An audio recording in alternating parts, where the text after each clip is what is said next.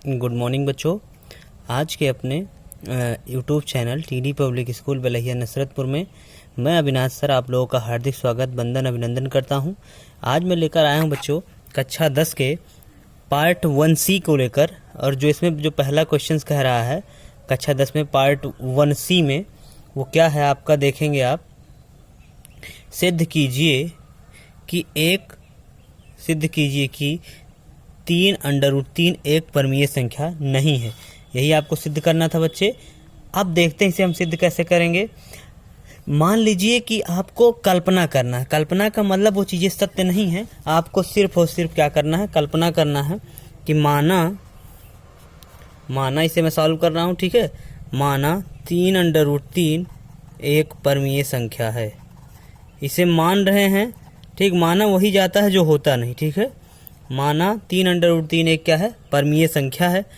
अब क्या करना है, इसे हम मान सकते हैं कि 3√3 इक्वल टू क्या, आर के, और आर जहाँ एक क्या है, परमीय संख्या। यहाँ हम लिख सकते हैं आर जहाँ एक परमीय संख्या है, ठीक बच्चे। अब यहाँ से आप देखेंगे √3 बराबर ये हो जाएगा r/3, ठीक। इसे आप लिख सकते हैं ना कि देखिए, क्योंकि 3√3 है बराबर आर के, तो √3 बराबर क्या हो जाएगा, r/3 के।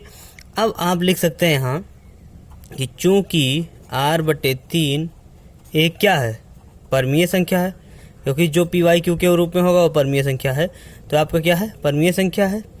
और √3 क्या है, एक अपरमीय संख्या है, क्योंकि ये P/Q के रूप में नहीं है। √3 एक क्या है, अपरमीय संख्या है, अपरमीय संख्या है।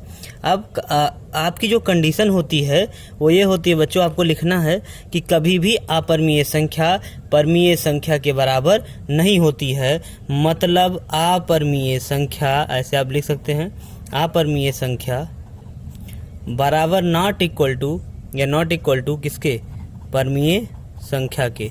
मतलब ये संख्याएं कभी भी आपस में बराबर नहीं होती है। परमीय संख्या नहीं बराबर होता है किसके, अपरमीय संख्या के। तो हम यहाँ लिख सकते हैं कि √3 नॉट इक्वल टू किसके, r/3 के। अब यहाँ से क्या हो जाएगा, हम इसे फिर ऐसे लिख सकते हैं कि 3√3 नॉट इक्वल टू r के। और जब आपको पता था इस r को हमने क्या माना था, यहाँ जहाँ r एक परमीय संख्या है, तो हम इसे लिख सकते हैं कि 3√3 नॉट इक्वल टू क्या, परमीय संख्या। यही लिख सकते हैं ना।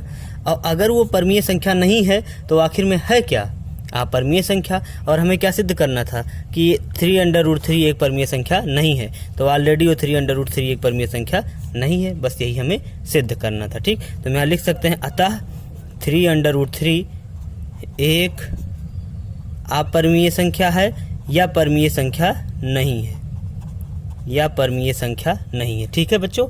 तो ये तो हमारा था पहला क्वेश्चन। इसी तरह अगर हम दूसरे क्वेश्चन की तरफ आगे बढ़ें तो वो भी यही कह रहा है कि सिद्ध कीजिए, क्या है कि √5 एक अपरमीय संख्या है। देखिए, एक अपरमीय संख्या, पिछली भी बार अपरमीय संख्या ही सिद्ध करना था, लेकिन उसका तरीका चेंज था। वो कह रहा था कि सिद्ध करना कि ये परमीय संख्या नहीं है, तो अगर परमीय संख्या नहीं है तो तब भी वो अपरमीय संख्या ही होगी। तो इस बार भी हमें अपरमीय संख्या ही चेंज करना है। हम यहाँ लिख सकते हैं माना क्या, √5 बराबर किसके है, P/Q के। P/Q का मतलब एक परमीय संख्या।